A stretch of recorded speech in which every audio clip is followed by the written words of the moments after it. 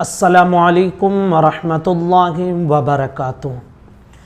Saudi से हमारे एक साथी का सवाल आया था और हमारे इंडिया में भी बहुत सारे लोग इसके हवाले से पूछते रहते हैं। सवाल ये है कि वहाबी देवबंदी इनके पीछे 5 वक्त की नमाज़ें पढ़ना या तरावीह वगैरह पढ़ना कैसा है, नमाज होगी या नहीं होगी। इसी तरह कुछ इलाके ऐसे हैं कि जहाँ पर अहले सुन्नत वल जमात की मस्जिदें नहीं हैं या फिर बहुत दूर हैं, तो हमारे वो साथी पूछते हैं कि हज़रत ऐसी सूरत में हम जुमा की नमाज क्या उनके पीछे पढ़ सकते हैं या नहीं पढ़ सकते हैं। तो आज इंशाअल्लाहुल अज़ीज़ हम इस मसले को आपके सामने क्लियर करेंगे। सबसे पहले आप ये समझ लें कि जिसका अक़ीदा दुरुस्त ना हो उसके पीछे आप ना 5 वक्ता नमाज़ पढ़ सकते हैं और ना ही आप जुमा की, ईद और बकरीद की और ना ही तरावी की नमाज़ पढ़ सकते हैं। जिसका अक़ीदा दुरुस्त ना हो, जो अपने अक़ीदे की बुनियाद पर दायरे इस्लाम से निकल चुका हो, ख़ुद उसकी नमाज नहीं होती है, क्योंकि वो इंसान मुसलमान ही नहीं है, उसका अक़ीदा ख़राब हो चुका है।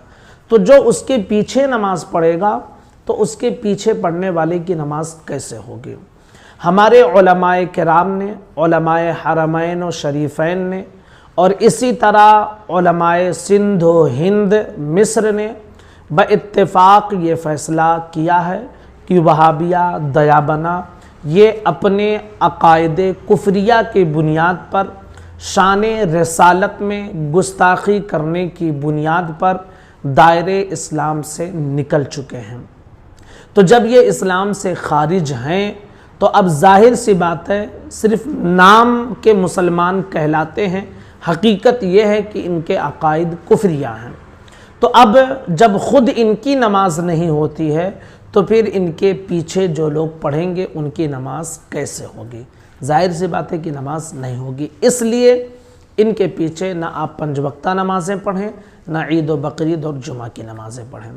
जो हज़रात ऐसी जगहों पर रहते हैं कि जहाँ पर अहले सुन्नत वल जमाअत की मसाजिद नहीं है, ऐसा इमाम नहीं है जो सुन्नी सहीहुल अक़ीदा हो, तो फिर ऐसी सूरत में आपको चाहिए कि आप देखें कि आपके इलाके दूसरी जगहों पर अगर अहले सुन्नत वल जमाअत के इमाम मसाजिद सुन्नी सहीहुल अक़ीदा की मिलती हैं तो आप वहाँ जाकर जुमा की नमाज अदा करें।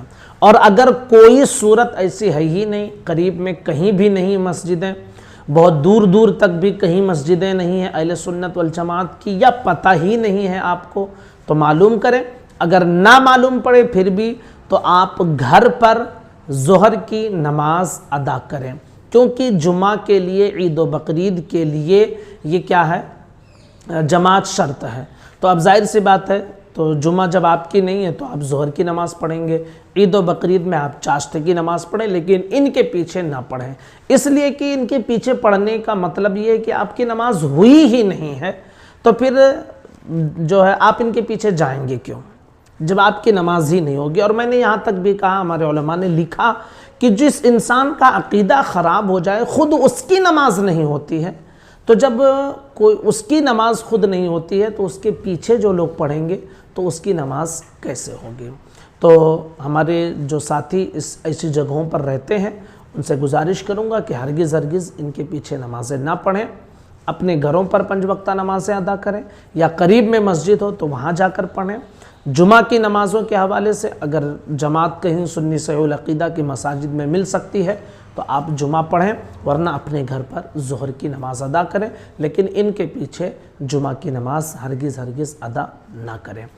आप तमामी साथियों से मेरी गुजारिश है कि हमारे इस क्लिप को ज़रूर पहुँचाएँ, क्योंकि हमारा तो भाई ये मानना है कि नबी से जो हो बेगाना उसे दिल से जुदा कर दें, पिदर मादर बिरादर मालो जान उन पर फ़िदा कर दें।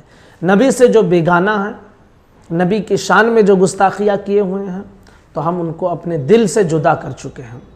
और हमारे नबी जो है, हम उन पर अपने जान माल तन धन, अपने माँ बाप सबको कुर्बान करने के लिए तैयार हैं। ये हमारा अहले सुन्नत वल जमात का अक़ीदा है अल्हम्दुलिल्लाह। तो ज़ाहिर सी बात है, जब हमारा अक़ीदा ये है تو پھر ہم کیسے ان کے پیچھے نماز ادا کریں گے؟ السلام علیکم ورحمۃ اللہ وبرکاتہ۔